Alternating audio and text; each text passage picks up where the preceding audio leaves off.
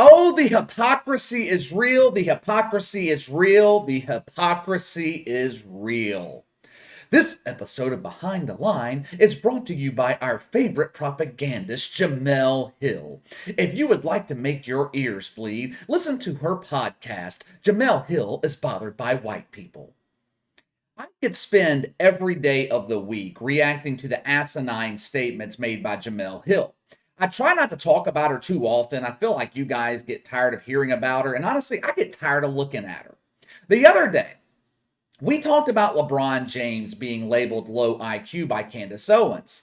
Now, I know I'm often very critical of LeBron, but I do cut him some slack for being uninformed. He has no idea what he's talking about. I try to cut people slack when they're ignorant to something, and that's not an insult to LeBron James, but he's just ignorant when it comes to politics.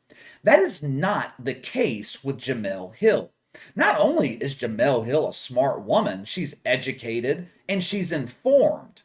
Jemele Hill knows the platform that she promotes is based in fantasy. She knows it's propaganda. She pushes the bullshit anyway because it's her job.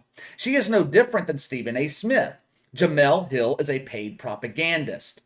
2 months ago, I told you guys Michele Tafoya was leaving NBC after the Super Bowl. Now, at the time, we didn't know if she was being forced out by NBC or if she made this decision of her own volition.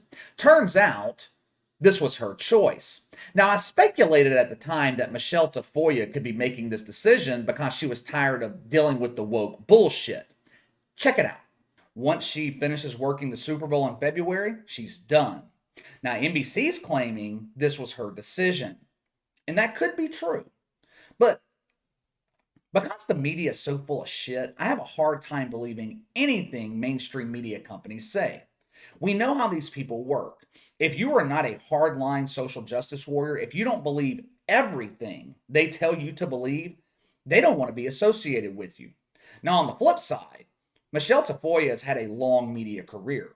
I'm sure she has plenty of money. Maybe this is her choice. Maybe she wants to retire.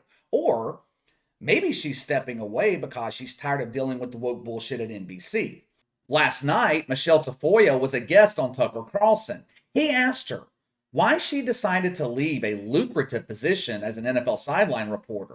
This is a job that pays well. Thousands of people want it. There's only a handful of these jobs available. What could possibly be so bad that a woman in her 50s, being paid handsomely by NBC or the NFL, would want to leave such a great gig?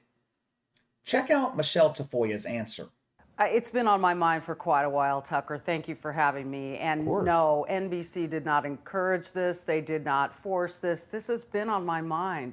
I've been waking up every day with a palpable pull at my gut that my side, my view, my middle ground, kind of moderate viewpoint is not being represented to the rest of the world, I didn't feel. And now, I'm not going to sit here and say that I was 100% right about why Michele Tafoya left NBC, but I was pretty damn close.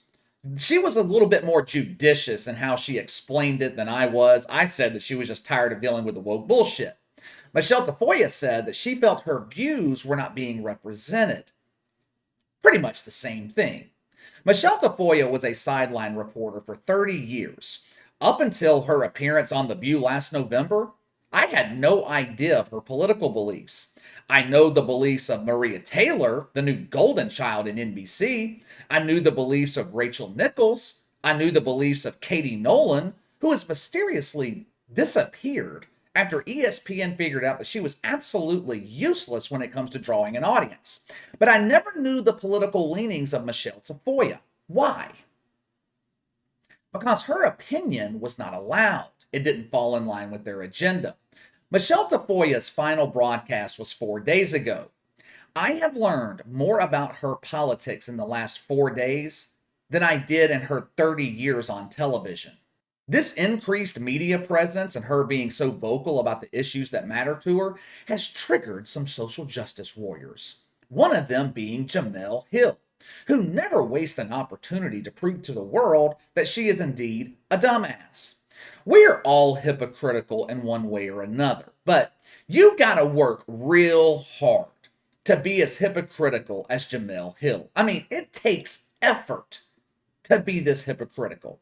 Check out this tweet from Jemele Hill in response to a quote from Michele Tafoya. Let's start with that first sentence. Imagine leaving a high-profile job over a made-up issue. Now, I know Jemele Hill doesn't understand voluntarily leaving a job, especially leaving a job voluntarily because your values are being compromised. Jemele Hill, she does not leave employment voluntarily. She gets fired for being out of her mind. It's the made-up issue part that caught my attention. This is the propaganda I'm talking about. Critical race theory being taught to elementary school children is not a made-up issue. It's a fucking problem. You know where the basic tenets of critical race theory come from? Marxism.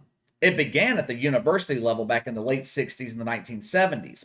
Back then, you know what the proponents of critical race theory believed? Now, this is not my opinion. I'm reading this to you verbatim. Critical race theorists believe political liberalism is incapable of addressing fundamental problems of injustice in American society. Huh. So back then, they knew the far left wasn't looking out for the best interest of minorities. Of course, it's not that way today. The far left, they use minorities to advance their political agenda. CRT being taught at the college level, no big deal. But when you start poisoning young children with this theory, it becomes a problem. They don't have the mental capability to understand. People like Jemele Hill, they are pushing for CRT to be taught in schools because they want children to see the world just like they do. Black and white. Everything viewed through the lens of race. It creates division, which is what it's designed to do. Let's get to the other part of Jemele Hill's bullshit that caught my attention. She questioned whether Michele Tafoya has children in school being taught CRT. She asked if she provides examples. This is just too easy. This is just too easy sometimes. Supposedly, Jemele Hill is a journalist. She writes for The Atlantic, which is not journalism, it's bullshit. But Jemele Hill has a journalism background. She is supposed to know how to fact check. All she had to do was take about 60 seconds to find the example I'm about to show you. This is Michele Tafoya back in November providing the example Jemele Hill wants. My kids in school, there is a big focus on the color of your skin. How old are your children? My children are now 16 and 13. Okay, in what way? It's been going on since they were in lower school, all right? And it is that there are affinity groups on campus for, my son's first best friend was a little African-American boy. They were inseparable. Get to a certain age, they start having what's called an affinity group, which means you go for lunch and pizza with people who look like you. Suddenly, my son wasn't hanging out with him anymore. His next best friend was a little Korean boy. Years, inseparable. He started going to his affinity groups.